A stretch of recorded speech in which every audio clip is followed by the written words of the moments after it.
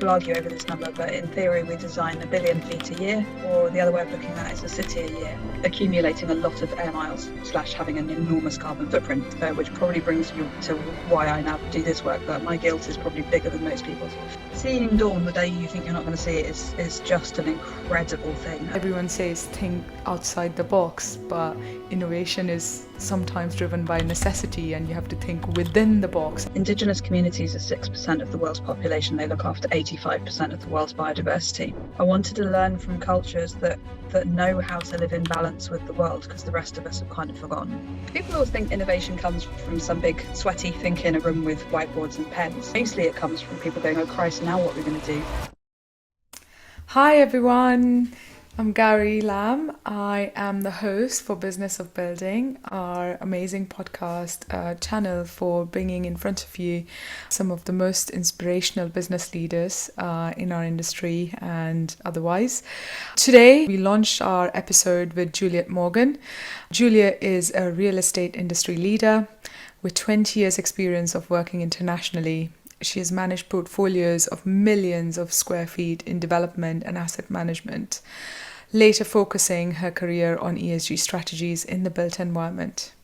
She is now a leader in Gensler global climate action and sustainability practice area and is working with clients around the globe to reduce carbon impact and increase their human and biodiversity outcomes. It was absolute pleasure to be speaking to Juliette, and I'm so excited to share this episode with you all. Some interesting stories, right from her journey in Peru and her spiritual experience there, revisiting the connection with the mountains and the shamans and how it has affected her decision making and life story of today, ESG, technology, real estate. It's an absolute amazing episode for anyone looking for encouragement from the ESG perspective and what to look out for, and the journey and sharing of the journey she has had through all these years of where she is now and what her passions are for the future. I'm so excited to be sharing this with you. I'm saying it for the third time, but it was a very, very fun episode to record, and how a very corporate interview led to something which was very personal, and the story she shared. So without further ado, please do share, like, listen, subscribe to the episodes. It means a lot to us. And yeah, please listen to Business of Building. Thank you so much. Hi Juliette, thank you so much for joining us today. It has been a crazy time in the last couple of months trying to organize our diaries to find time to speak to you. So I'm so excited. Just to give our listeners a background, Juliette, you are ESG Consultancy Director. And you have kind of, the career has grown from something else, which we'll touch on. But our paths crossed in a talk you did for Estate Gazette, and you had this beautiful story of your journey and your visit to Peru, which we'll touch on as well. But that got me really excited to speak to you about what ESG means. But firstly, how did this journey begin? What were the milestones of you being where you are at Gensler right now? Oh wow, whether to work backwards. So I'm very lucky to be at Gensler. Gensler is the world's largest design firm. We apparently, people argue over this number, but in theory we design 1 billion feet a year, or the other way of looking at it is a city a year. And so I've been corporate friends with Gensler for about the last 10 years. And many drinks have passed over those 10 years, and many conversations about, oh come on, when are you going to join? And yeah, 6 months ago that became real. So my role is global. I sit with the climate action and sustainability practice area, based out of London, but certainly have a European team and a US team, and then we're developing out our team in APME. And yeah, so ESG consulting is really around designing for ESG, so turning the reporting metrics into something real that actually hits a building. And so we straddle building certifications through to how to report and how to disclose. That's the practice area that I sit in. And my background on and off in the last 20 years has always been surveying, property development, I went to the Centre for Alternative Technology 20 years ago to look at how to build green buildings, and they have an amazing demonstration of straw bale houses and rammed earth construction, and a lot of the things that 20 years ago were sidelined as things that hippies did and now are rapidly becoming mainstream. The trends, yeah. Yeah, exactly. So one could argue I've been dabbling at the edges of this for 20 years. And that those were the times when you would say something like this and people would be like, what are you talking about? Yeah. And yeah, you look back and you're like, well, I told you so. I told you so, but more, I think, we stand on the shoulders of giants now. There are people who've been in the climate fight since the 60s and 70s. You go back to sort of Bucky Fuller in the 50s and 60s, and our ancestors have known how to do this. And it's only now that there's kind of collective awakening and understanding, partly because we're seeing the impacts of climate change on every continent every day. So yeah, I think the voice has just got louder. 20 years ago, it became something that as a graduate trainee, I was kind of patted on the head and say, yeah, if it's going to interest you, off you go, versus now being front and center of pretty much every conversation I have. And how was real estate always the ambition, or was it a journey to get into? It was, and then it wasn't, and then it was again. So my undergraduate degree was in international development at UEA. So it's about developing countries, developing economics, developing politics, always around natural resources. So specializing in river basin management and mangrove forestry and other things like that. And at the time, Sarah Beanie was on TV. If any of you are old enough to remember any of Yeah, that. I do. Okay, good.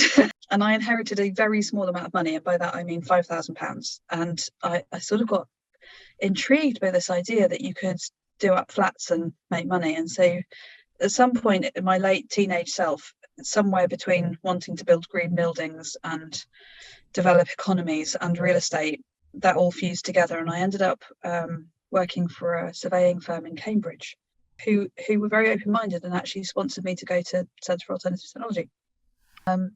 So the real estate journey took me through science parks, innovation centres, life sciences in the US and the UK. And in 2009, I wasn't building towers in New York anymore. I was back in the UK and had a very strange moment where I'd gone from being with a team of architects designing towers for life sciences to sitting in a basement with a bottle of red wine watching Shrek. And as you do, and I just looked at this bottle of wine and was like, oh wow, wine. So whilst I was going to ask on that one. That's very interesting fact. So and what triggered the wine thing? Whilst I've been working quite insane hours, or at least geographies, for this American REIT, my life was between San Francisco, New York, Boston, Toronto, and London. Sort of lived in this air miles diamond, accumulating a lot of air miles / having an enormous carbon footprint, which probably brings you to why I now do this work, that my guilt is probably bigger than most people's.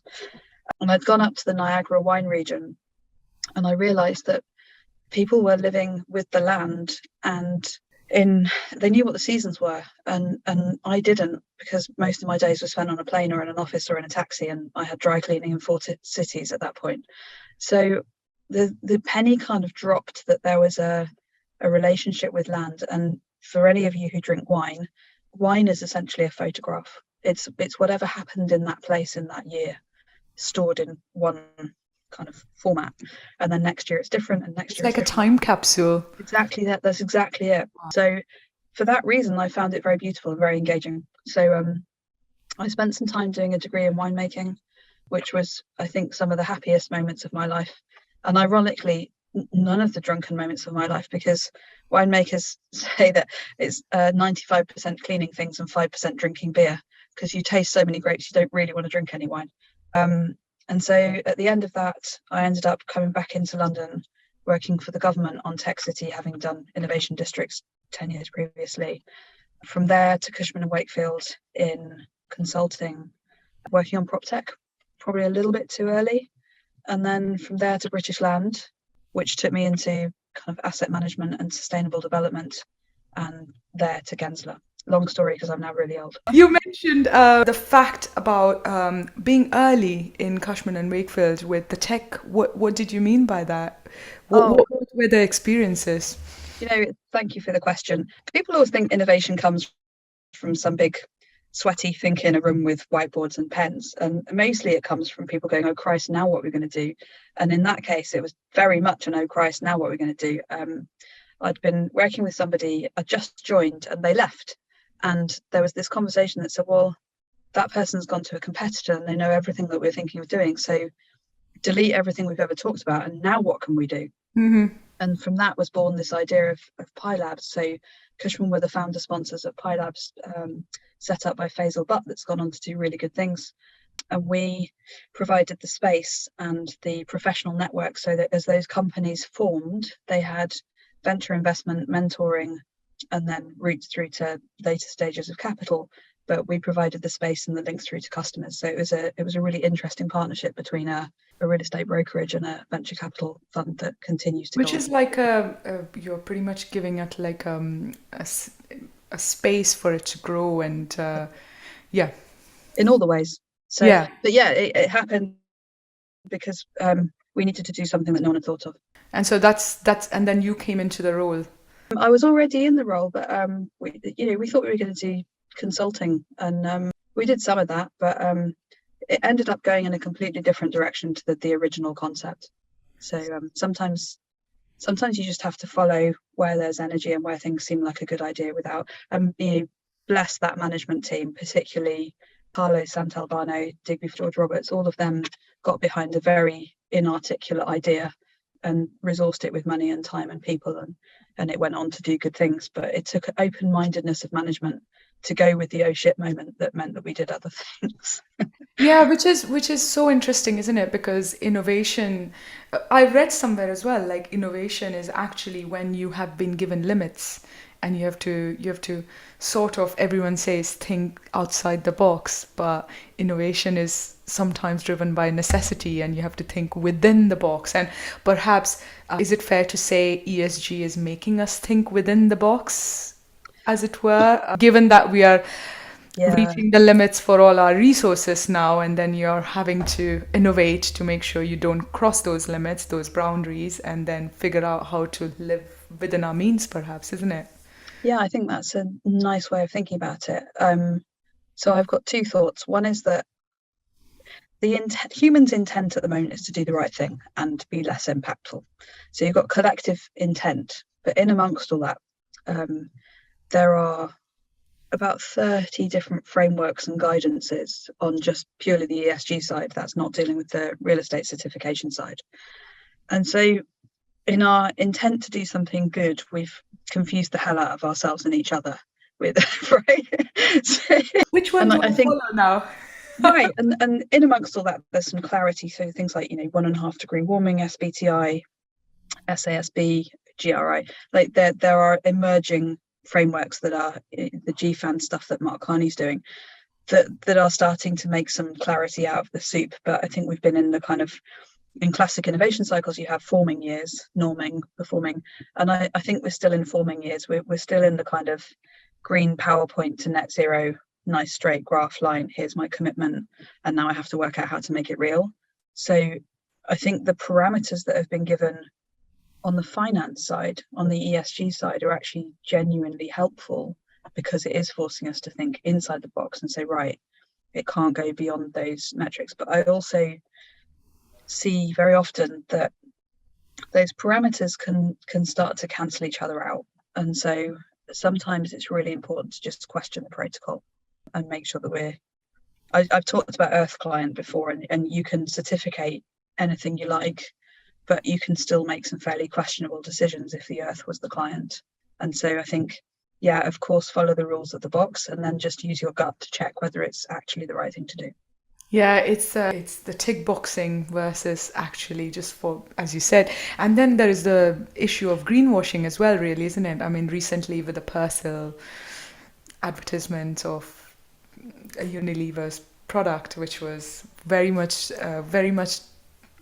disorientating for the customers as to what you get and what you're promised, kind of thing, really, isn't it? So yeah, I think greenwashing's difficult, isn't it? That everybody wants to be seen to be doing the right thing, and in this stage and age of everybody kind of working it out, I think we need to collectively give each other a bit of a break. I don't mean excuse greenwashing, but for all the time that we're focusing on the holes in somebody's corporate statement, there's value in just saying, okay, like that was good, let's do better.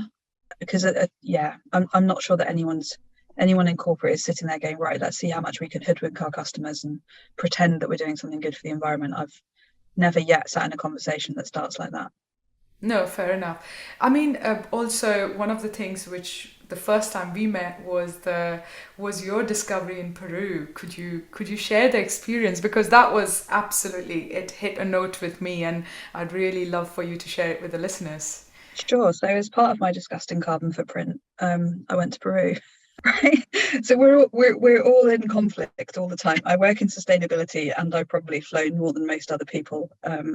And somehow I need to resolve that in myself and my life. So the latest way of resolving that is to offset and to try and do less of it.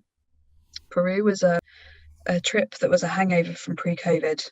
I was fascinated by the statement that Indigenous communities are 6% of the world's population. They look after 85% of the world's biodiversity. And I've become more of an overt hippie over the years. And so I wanted to learn from cultures that know how to live in balance with the world, because the rest of us have kind of forgotten. And there was an opportunity to go and learn from the Q'ero shamans with a guy called Alberto Villoldo, who is an American neuroscientist who's been studying or co-developing consciousness with these Q'ero shamans for about 40 or 50 years. So this was authentic, and 100 people came from all over the world to be initiated as earth keepers. And the Q'ero shaman philosophy is that their role is to teach the rest of the world how to think and be in balance in the same way that they do. So they've been the keepers of this kind of prophecy and life balance since before the Spanish Inquisition invasion 500-600 years ago. So that's why I was in Peru. And whilst I was there, a great many things happened, including but not limited to getting hypothermia on a mountain and being initiated as an earth keeper with this group of people that are now advocating for the earth around the world. But one of the things that really struck me was how in that culture, the buildings are very, very humble. They're made by the community. They're made out of mud. They're about 2 stories high, which has nothing to do with being an earthquake territory or any of those things. It's partly to do with at high altitude, 12 to 14,000 feet, carrying around buckets of mud's really hard. And the dry season. That is if you don't get hypothermia. If you don't get hypothermia, well, by night.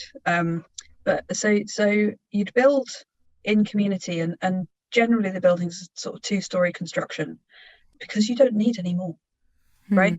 And that's for me this kind of adobe construction built by community that wasn't about aggrandizing real estate. It didn't need to do more for you than shelter and heat and somewhere to raise a family. And what was very beautiful was the roofs of these buildings were capped off by 2 cows, and the cows being about kind of fertility for and generosity, prayer. But there would always be 2 to represent yourself and the other, the community that you built this building with. And they're made of terracotta, so they're made of earth. And I just remember taking this photograph of this roof against the mountain. And the point being that in their culture, the real estate is the mountain. It's not the building.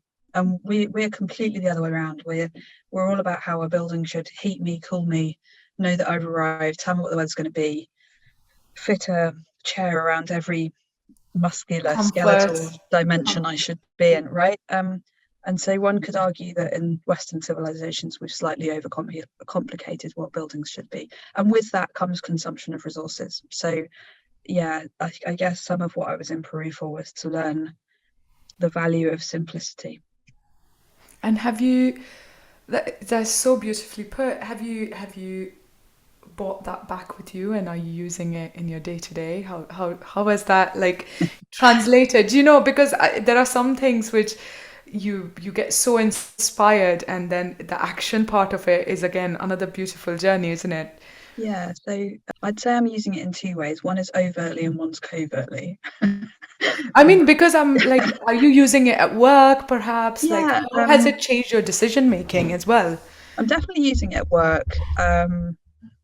look, we all design within parameters, within agreed standards. So there's a certain extent, doesn't matter what kind of architect you are, buildings come out looking relatively similar in terms of form and function and planning conditions and materiality and insurances and all of those things. So that's not to say there's no innovation in architecture, but there's only a certain amount of pushing those envelopes you can do. It has informed my work and it has trickled through to projects. So things like, we were on a project that's in an area that used to make bricks. And so I came back thinking about mud buildings and could we do machine engineered bricks or rammed earth bricks? And that wouldn't have happened as a conversation with that client had I not been looking at that Adobe building in Peru. So yes, it comes through directly, but a lot of what the Kero shamans do is they work with, so the definition of a shaman is someone who bridges spirit and earth. And one of the things that they do is they enter a space acknowledging all of the spirits of space. So not just the people that they can see, but the spirit of the mountain or the river or the trees and the rocks and the unseen beings that are in a place.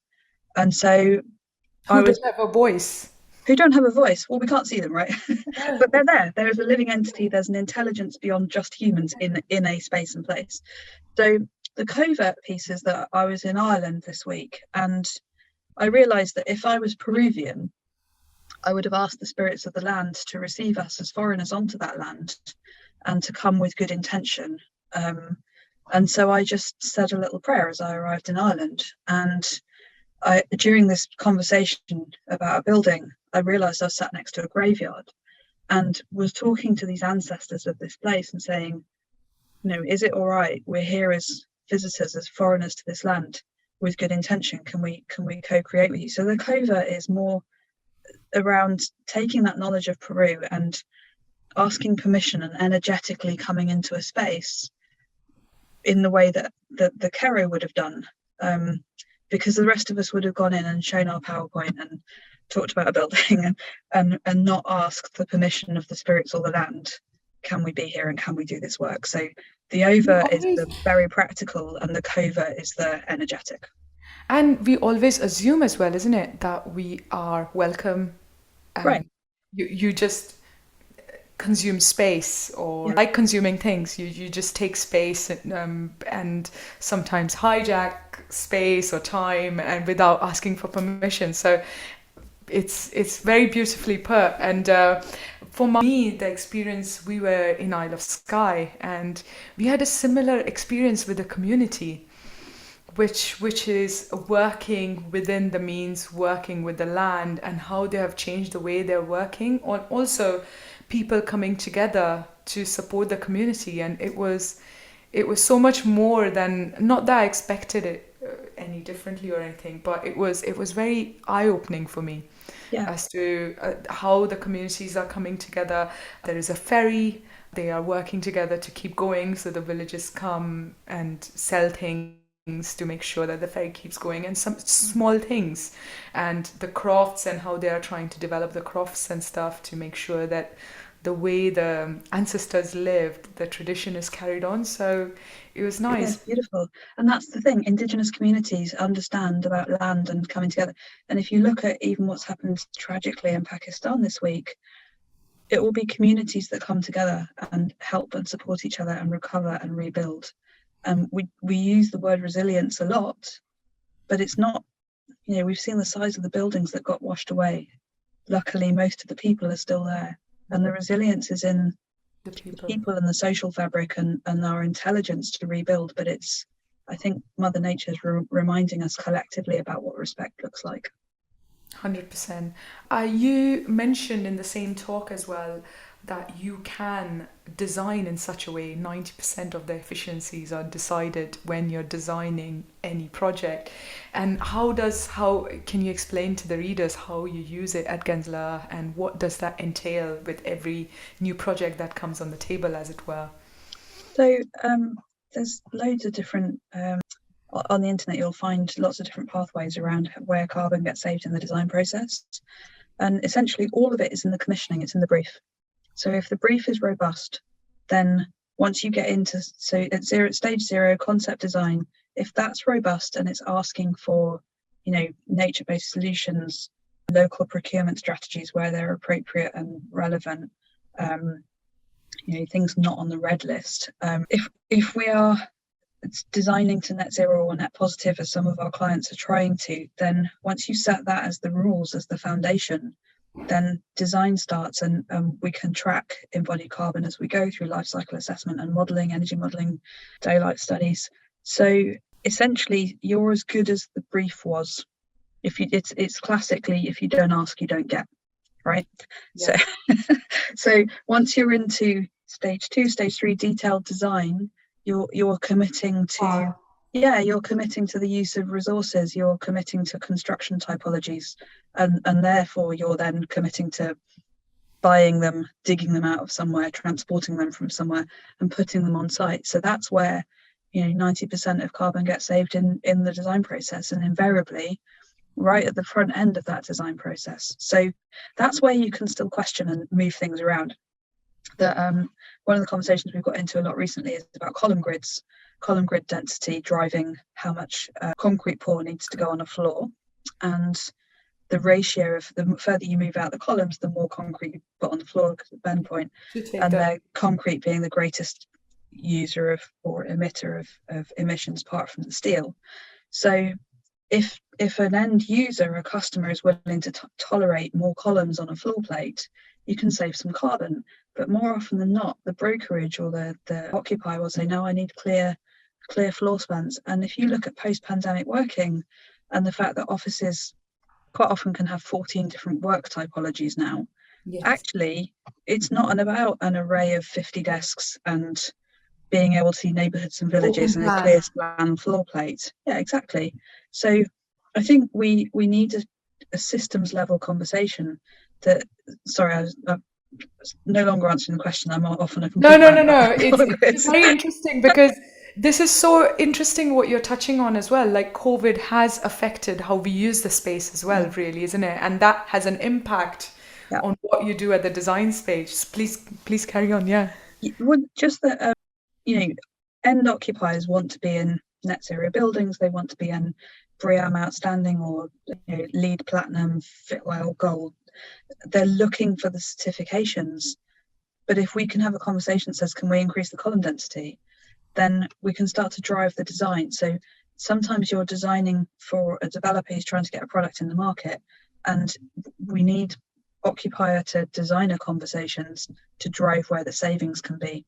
Things like terraces cantilevered off a building for wellness, human wellness, can drive steel consumption in the building just to be able to hold that weight to put people up in the sky to drink coffee on a terrace, right? So can you cut into the building and still have a quasi outdoor space, but that meets the human need but doesn't drive the carbon? We need to be able to have those conversations, and the balance are designer to commissioner, often the developer who's saying, that's not net lettable area anymore. Well, okay, we need to make a way for it to be net lettable area for the occupier to still use it in the way they want to. So I think what's happening to real estate is systems level conversations, because we are collectively beginning to prioritize carbon saving, because it's in the value chain. It matters to us as designers, it matters to the developer to be able to sell the product, and it matters to the end occupier to be able to disclose against it, and in the end the person who's occupying the building. So the beautiful shift I think we've seen in the last 3 years is this commitment to carbon and carbon saving. Conversations happening rather than everyone driving their own agenda really at different stages. I mean, that's the word. And also the capital funds drive a lot of the decision making as well. Do you find the same? So no, we want the certification, but we cannot afford this at this point in time. So is there something we can do and not do and we still get this? Do you have those conversations as well? Yeah, so the funds are increasingly being driven to disclose against ESG criteria or to give preferential lending rates to buildings that can prove that they meet that ESG criteria. So we're not always in direct conversations with the money. Sometimes we are, sometimes we aren't. Depends on the nature of the client. In recent terms, we've had conversations with very big funds, and they are being measured, as we all are, by their impacts and how they're deploying that capital and good use of capital. So what's great is this has become systemic from how the money can be spent on to the product that it can be spent changes what the developers commission, what we get to design, and what the end occupier will use. That's a fundamental shift, and I really appreciate the fact the finance industry is leading even in front of regulation and legislation, because it's forcing everyone else in the supply chain to meet the criteria. Yeah, which is coming through a lot of investors as well, really, isn't it? So Yeah. that's like they're saying we will not fund this project if you don't meet certain criterias, and a lot of landlords are then having to think in a different way, which we can, we Yeah. see. Have you come across GFANS? I hadn't heard of it. So this is the Glasgow Financial Alliance for Net Zero. I Um, have heard of them, yes. okay. They just recently did a project. They just recently did a project or something. So GFANS has got $450 trillion under management, according to Financial Alliance for Net Zero. So in terms of criteria, that scale of money needing to be aligned to ESG disclosure forces everything in the supply chain to start meeting it. Yeah, which is quite good. With regards to ESG, what would you advise if someone is, thinking about, I do this as my day job, but this I'm passionate about it and I would like to take the next steps. Is there like a path they need to take, or is this something more natural that you fall into? Well, I'd say to a certain extent, it's not formed yet. It's slightly Wild West. And so I would narrow it down and say, do you want to be doing ESG for corporate reporting, as in that puts you down the accounting pathway? Yeah. Do you want to be doing ESG for finance, which kind of puts you down the fundraising disclosure pathway? Or do you want to be doing ESG for buildings, in which case it's more on the kind of UK GBC, World Green Building Council? There's a lot of very good courses run by those guys, but they're more around certification than they are around ESG. I don't think ESG for real estate has been fully sorted yet, because one relates to how the emissions of the building and the social impact of the building, and the other relates to the emissions of the company and the social impact of the company, which may or may not be the aggregation of all the real estate. So that's where it gets really challenging, because the criteria for ESG disclosure can be either frameworks or standards, and any combination, depending on which country you're in, any combination of up to 30, might be USGRI, might be GRESB, might be TCFD, like all the picking an acronym. This is just incredible, isn't it? How many Right? names you How have many? taken? And the SASB, and they're changing, and they're fusing over Evolving. time, emerging legislation coming out of Europe, and then Article 8 stuff. And the SEC in the US are also in consultation around disclosure. Disclosure might be about the size of business you work in. So Yes. that wasn't a very good answer to, if I'm just starting out, what do I do? There's extremely good publications by groups like McKinsey, the Big Four. We're beginning to put stuff out, but ours is more around the real estate of ESG. Read whatever you can. Gaining knowledge, yeah. Yeah. And applying it perhaps as well, really, isn't it? One of the things which was mentioned in the forum we met as well was technology is sustainability has become a great way to include technology in the property and the real estate world, which was always so much driven by material things, if you know what I mean. It's more touching. Yeah. But do you agree to that? Because you have worked in both the environments, and it would be Proptech as well as leading ESG. So is that something you see as well? A little bit. So quite often you see wired score certification lumped in with ESG reporting. And it's quite interesting, because ultimately it's about the connectivity of a building. So it's quite hard to say, how is that environmentally, socially, or governance impactful? And yet they turn up on ESG reports, disclosures. And I think it's because increasingly, as sensors are deployed within buildings, smarter buildings can operate more efficiently, and everybody's looking for operational efficiency. So I think the role for technology is absolutely there. I would counter it with that whole keep it simple. But the role for technology to know that you've arrived for the lift to turn up, to put your coffee in the right place and tell you what the weather is fine. The role for technology to turn a light off, reduce an air conditioning unit because the load on that floor plate is less, is absolutely critical. Yeah. So, and any combination of those things. And technology is a really interesting thing, because as a consumer of power, data, coolant, data centers are, energy very, very intensive. And so it's quite easy to say more technology in the building, more efficient building, more sustainable building, but there's an implication to At the back. Yeah. So scope. That said, I do think it's where it can be fitted or retrofitted, it's relevant, important, and we've all seen those buildings lit up at night that didn't need to be lit up at night. So there must be efficiency gains to be had through the deployment of technology. And then of course the other end is things like measurable, and the various reporting software packages that are out there. And so for data to be gathered in real time, for people to be able to see, just like your smart meter at home, what are our greenhouse gas emissions of this building, this portfolio today in real time. When I think it's MIT said, if squeeze the data until it screams. And so when buildings are dumb, not able to report, you can't see a full unit that's on an infinite loop, then those things by definition are inefficient. So I think the role for technology to fuse with buildings is absolutely there. Absolutely. And it's so beautiful. Like, I really like what you said as well, the things we don't see about the data center. I mean, the smallest thing that I sometimes battle as well, someone has emailed me and I want to acknowledge that I've read the email, but what footprint it has as to, but you don't see it. So many emails we get of thanks, noted. And so it's just like those small things. So I think you can feel less guilty. Bitcoin mining, not so much. One email data packet. Yeah. Fair enough. You run some retreats as well in your private life. How did that start? Is that still going? And intermittently. So it started. Gosh, how did that start? I'd been learning with a medicine man down in Devon for a couple of years, and it became clear to me that it was geographically inconvenient for a start, Devon and London. I felt there were people in the London real estate community who could benefit from some of that Indigenous knowledge.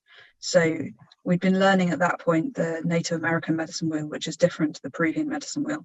Just going to get very nerdy for a minute. No, please. And so I wanted to share it with people who wanted to hear it, and sent out a very random email. Said, does anybody want to come on a retreat that I haven't entirely worked out how to do, but we'll do some stuff with the land and some spirits and Native American medicine wheel, and it'll probably be good for us. And it was post-pandemic. Actually, it wasn't. It was post-lockdown 1, and it was in incredible land that has been. It's got a labyrinth on it and a crystal grid on it, and it's very, very special. It's on an energy line, and so it was just a way of taking people who have very, very impactful day jobs out of London and into a field, and just like you did in Skye, turning off their mobile phones and turning on their soul food for a couple of days, because so much of what we do sometimes can feel like a professional compromise. You recycled your coffee cup on the way in, and you went and spent, I don't know, tons and tons of carbon commissioning a steel and concrete building. So it was a little bit about how to give those people a sense that it's all right to be in right relationship with the planet, and to carry that with you back into the boardroom. And so that one was an adults retreat. I then went on to do a family retreat, which was keep wilding kids and rewilding adults. Kids are already wild. Oh, ours is always on a tree. Like, it's difficult to bring him down. And if you're doing the next one, I would be coming for the adult one as well as the family one. So I may do one. I'm remiss that when you go on a quest, the output of that quest belongs to the tribe. It doesn't belong to the person who went on the quest. And so I have a late debt with spirit that I need to pay, which is to share what happened in Peru. What happened on the mountain should not stay on the mountain. And so I've been threatening to do an adults retreat later in October. This might be me publishing it in this part of the conversation, because yeah. I don't speak it, I'm not committed to it. But put it out there. Exactly. So some friends of mine have been thinking about doing their corporate retreat. They work with growing materials for building. there are various people, a bit like yourself, over the course of the last year have said, couldn't make the last ones if you do another one. So thank you for the question. Maybe this is me saying, all right, middle of October, I'm there for it. Let's go tent up in a field again. That might be it. Let Thanks me for know. teasing I'll that be out. there. I Okay. will be there. So am I allowed to ask this question? And you can say no. You said that there was something which happened up on that mountain. Are you Yeah. able to share that? Yeah, sure. Well, lots happened up on that mountain. So suspend disbelief for a second.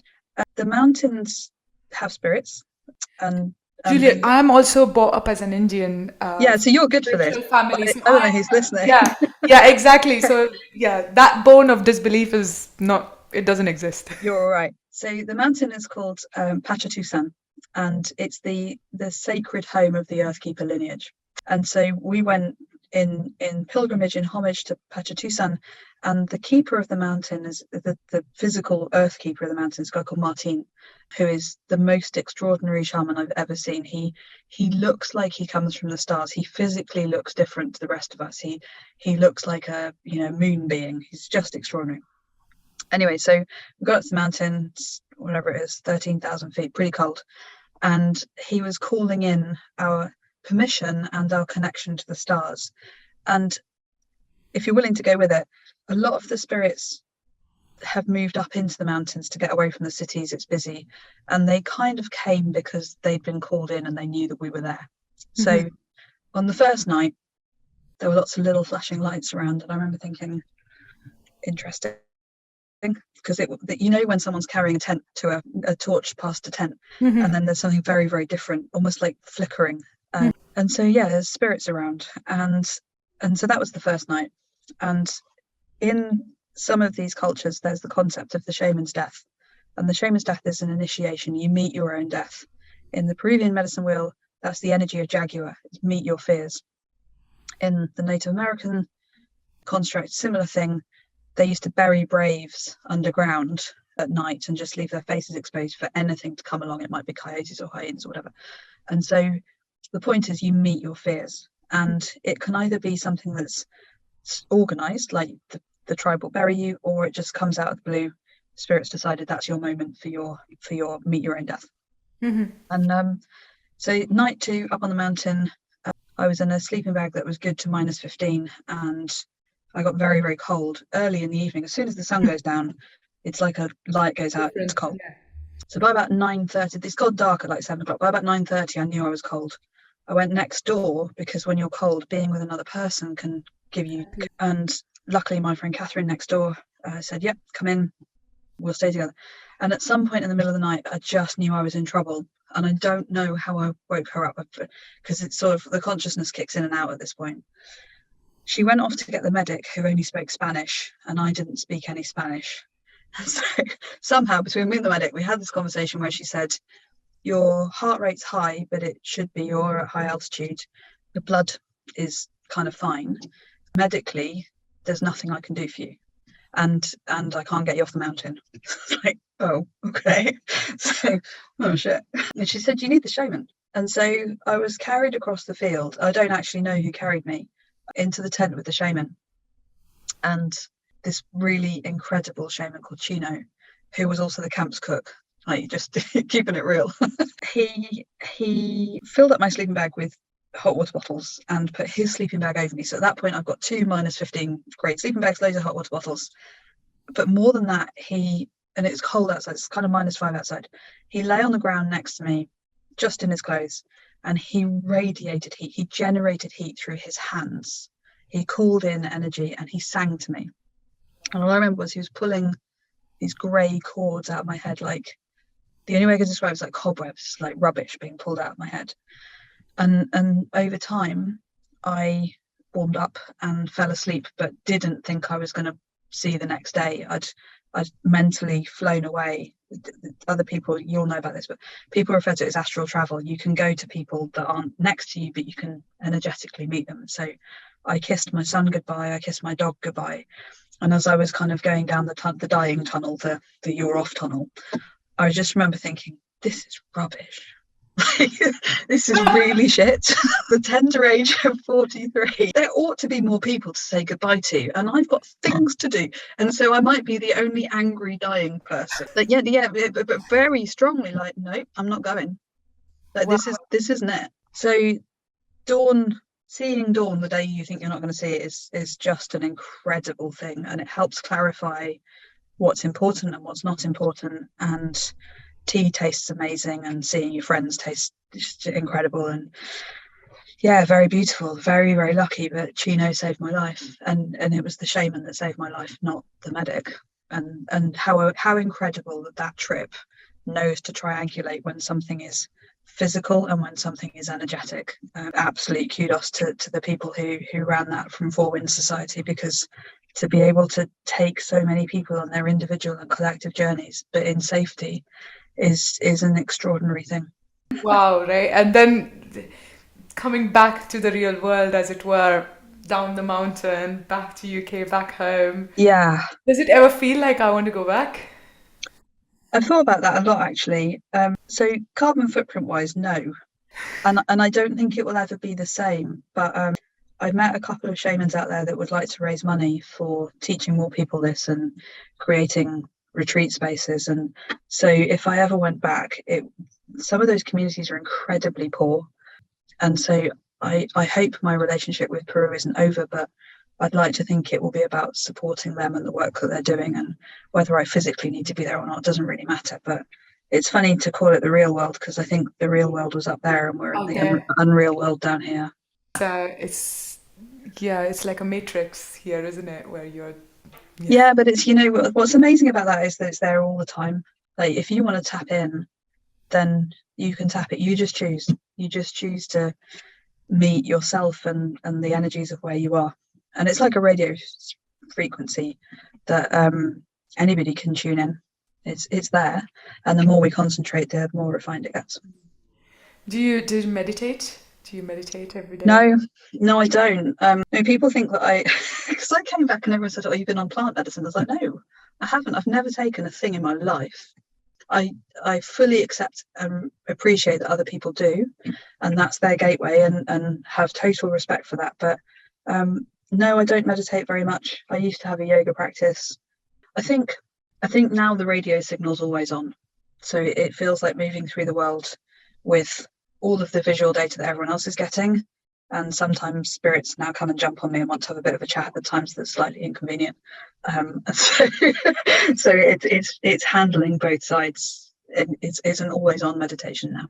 How fantastic! Oh my God, I want to ask more questions, but we'll meet up again properly. We will. I mean, to close our the question I ask is, what is the biggest risk you have taken, and what have you learned from those?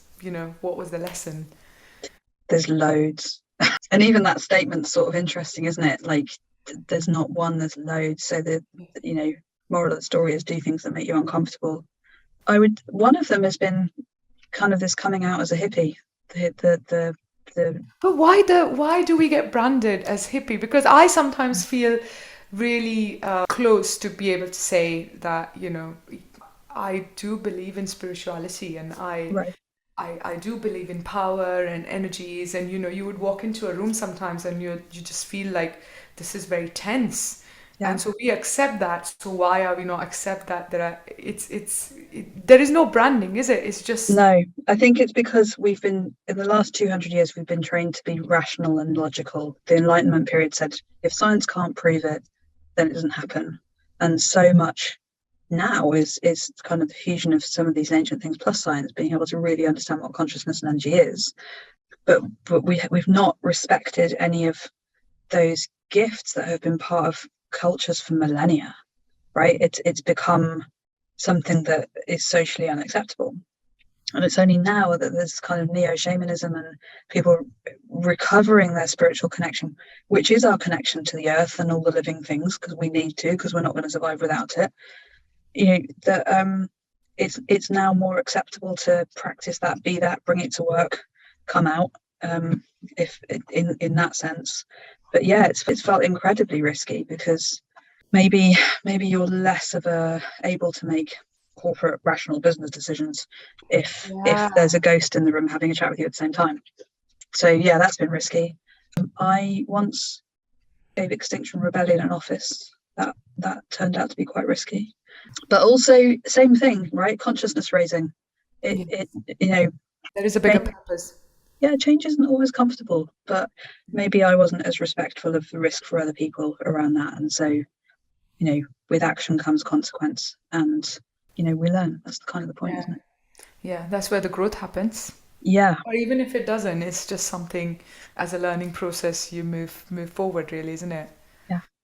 How it was. This can go on forever, by the way. I've got so many questions. We'll do part 2. I think so. That's a great idea. I think so. But Juliette, thank you so much for joining us today and enlightening us. I'm really grateful that you pulled something out of me that needed to be voiced. So thanks.